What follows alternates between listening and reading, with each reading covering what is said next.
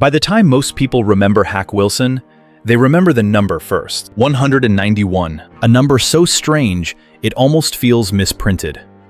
A number that still hangs over baseball like an old scoreboard nobody can quite believe. But numbers were never the whole story with Hack Wilson. Not even close. Because behind the record was a man built like a street fight. Short, bowed, thick through the neck, furious through the swing. A man who could fill a ballpark with noise and then leave a room feeling smaller, sadder, colder than when he entered it. And the part people never forgot was this. For all the thunder he created, baseball never quite decided whether Hack Wilson was a hero, a warning, or a ghost. To the public, Hack Wilson was almost cartoonish. The mighty little slugger. 5'6", maybe 5'7" on a generous day, with a barrel chest, a wrestler's nickname, and the kind of violent power that made fans laugh first and stare second. He looked impossible. Then he swung, and impossible became routine. That was the public version, but baseball people saw something else. They saw a man who seemed to live at full volume, a player as famous for commotion as production. They saw a center fielder whose body looked too small for the force he generated, and whose life, even in his prime, already carried the smell of damage. They saw a great hitter, yes, but also a restless one, a complicated one, a man admired in daylight and worried about after dark. That is what makes Hack Wilson linger. Not just because he hit, not just because he drove in more runs in one season than anyone else ever has, but because even in his best years, there was a sense that something in him was burning too fast, and everybody around the game could feel it. Hack Wilson did not arrive in baseball looking elegant. He arrived looking condensed, like someone had taken the old myth of a slugger and crushed it into a smaller, harder object. And pitchers felt that immediately. Not because he was graceful, not because he intimidated them with posture or polish, but because the swing came out of that compact body like an ambush. The ball got on him in a hurry, and when Wilson got the barrel out front, it did not sound like most hitters. It sounded final. In Chicago, between 1926 and 1930, he became the kind of hitter pitchers carried with them after the game. 4 times, he led the National League in home runs. In 1929, he drove the Cubs toward a pennant. And in 1930, when the offensive explosion of that era was already making everything look unreal, Wilson still managed to stand above the noise. 56 home runs, a .356 average, 191 runs batted in. No grand slams to pad the number, just wave after wave of damage. There are great seasons, and then there are seasons that feel almost detached from ordinary measurement. Hack Wilson in 1930 was the second kind, and what made it even more unnerving was how ordinary he could seem right before he hurt you. No theater, no polished mythology. Just this thick little center fielder, digging in, staring out, and swinging like he meant to tear through the century. They still remembered that, not the elegance, the violence. The strange thing about Hack Wilson is that his legend never leaned on beauty. Babe Ruth had grandeur, others had style. Wilson had force. He was baseball stripped down to collision, bat meeting ball, game meeting consequence. That was his language. That was how opponents understood him. And maybe that is why his record still feels so alive. Because it does not read like a stat. It reads like punishment. Teammates and managers saw the production. They also saw the trouble moving beside it. That was always the bargain with Hack Wilson. You were not just getting a star, you were getting weather. He could be affectionate, open, generous with strangers, full of jokes and full of noise. In Chicago, he was adored, and not from a distance. Fans waited for him. They loved the rough edges. The city and the player seemed to recognize each other.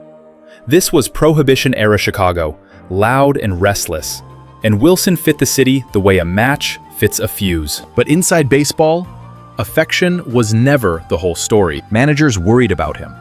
Clubs absorbed his unpredictability because the bat was too valuable not to. Even earlier in New York, John McGraw backed away from rushing him, and the Giants ultimately let him slip away in a move that looked careless then and even worse later. One teammate, Ross Youngs, reportedly said the Giants had let go of the best outfielder he had ever played alongside. That was the kind of impression Wilson could leave on baseball men who knew the game closely. Exasperation on one day, conviction on the next. And that tension never left him. He was too productive to dismiss, too unruly to trust completely. The tone never changed. Even when he was at his brightest, there were stories around him.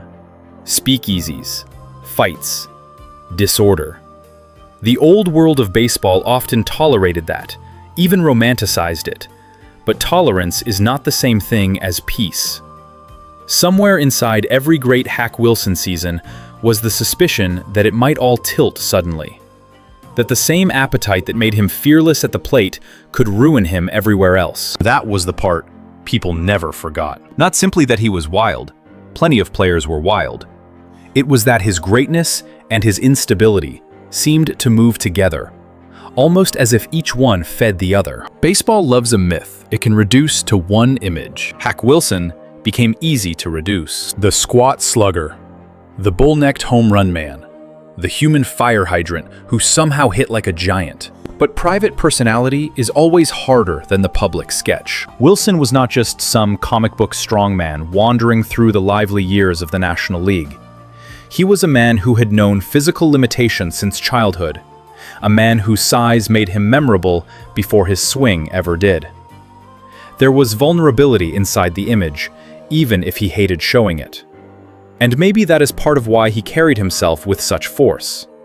Men who spend their lives being looked at often learn to hit first, with words, with temper, with performance, with pride. And Wilson had pride. A lot of. You can hear that old pride and old regret in the warning he left late in life, when almost everything had already slipped away. Talent isn't enough. You need common sense and good advice. If anyone tries to tell you different, tell them the story of Hack Wilson. Kids, don't be too big to accept advice. Don't let what happened to me happen to you. That is not the voice of a myth. That is the voice of a man looking back through wreckage. And it changes the way you see him. Because once you hear that, the legend becomes sadder. The home runs remain. The impossible RBI total remains. But now, there is a second figure standing beside the first one. Not Hack Wilson the destroyer, but Hack Wilson the warning. A man who understood too late that greatness does not protect you from yourself. He never forgave that. Maybe baseball never did either. If you want to understand why baseball could never forget him, you go to 1930. Not because it explains everything, because it explains how loud he once was. That season was not merely productive. It was overwhelming. Wilson did not pile up numbers quietly. He seemed to arrive every day with damage already scheduled. He hit 3 homers in a single game that July in Philadelphia. By late September, he was still pushing his RBI total into territory that felt made up. And the mark that stood when the season ended still stands now, nearly a century later. Think about that. Baseball has changed eras, body types, training methods, travel conditions, ballparks, philosophies, and strike zones. It has lived through integration, expansion, specialization, television, analytics, and modern optimization. And still, that number remains there, untouched. 191. That is not just greatness. That is stubbornness against time. And for Wilson, that record is almost tragic in its permanence. Because one of the brightest things baseball remembers about him belongs to one of the shortest peaks ever attached to a Hall of Fame life. His major league career was only 12 seasons. His true dominance was compressed even further. 5 seasons that carried the force of a whole legend.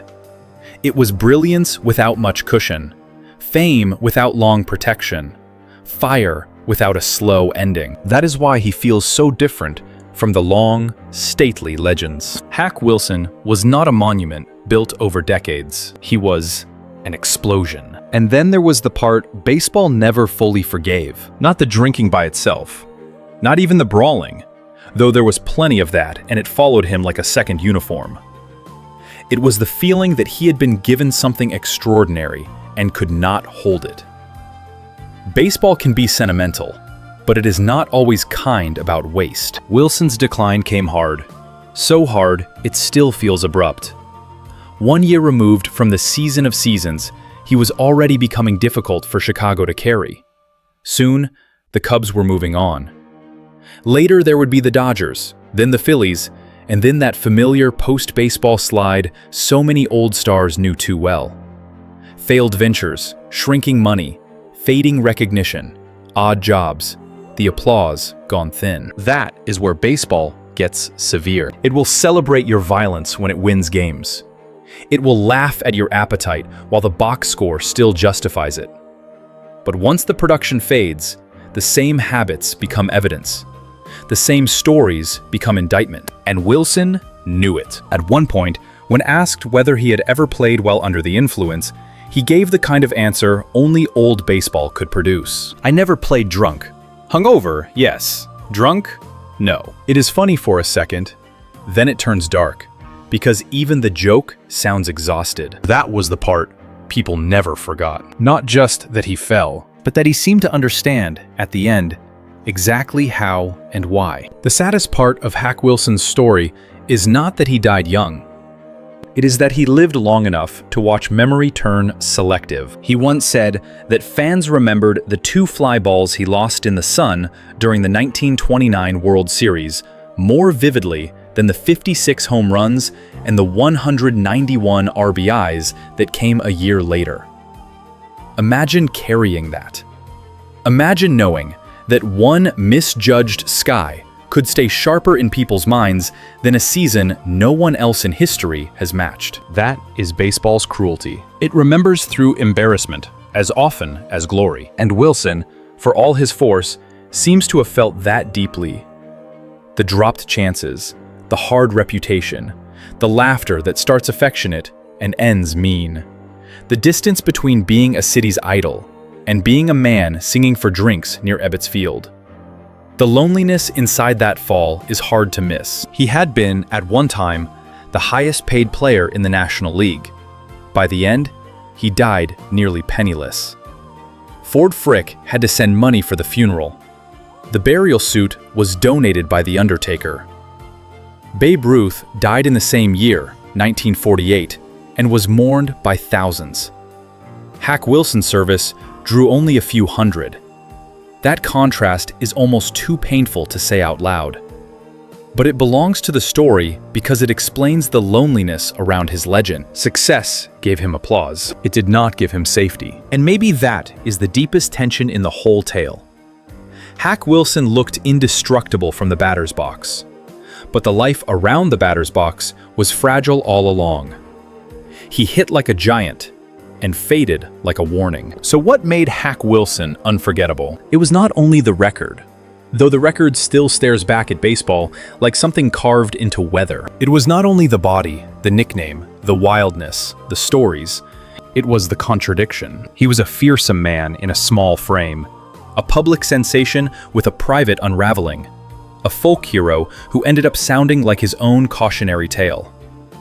Baseball has always treasured players who feel larger than life, but Hack Wilson is remembered because he also felt painfully mortal. That was the secret tension from the beginning, the reason the story stays with you. He was not simply great in the clean way memory prefers. He was great in the human way, with appetite, damage, pride, mistakes, and a brilliance so intense it made the fall feel inevitable. They still remembered the home runs. They still remembered the fights. They still remembered the warning in his own voice. And maybe that is why his story still breathes. Because it does not end as mythology. It ends as recognition. Hack Wilson remains out there in baseball history like an old light left on in an empty park. Short, thick, furious, unforgettable. A man who drove in more runs than anyone who ever lived, and still left behind a story that feels less like triumph than echo. The swing was real. The numbers were real. The cost was real too.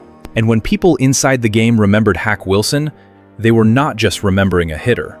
They were remembering a presence, a force that arrived hard, burned bright, and never found a gentle way back down. This is what baseball really remembers. And if Hack Wilson is still a name that means something to you, leave it in the comments.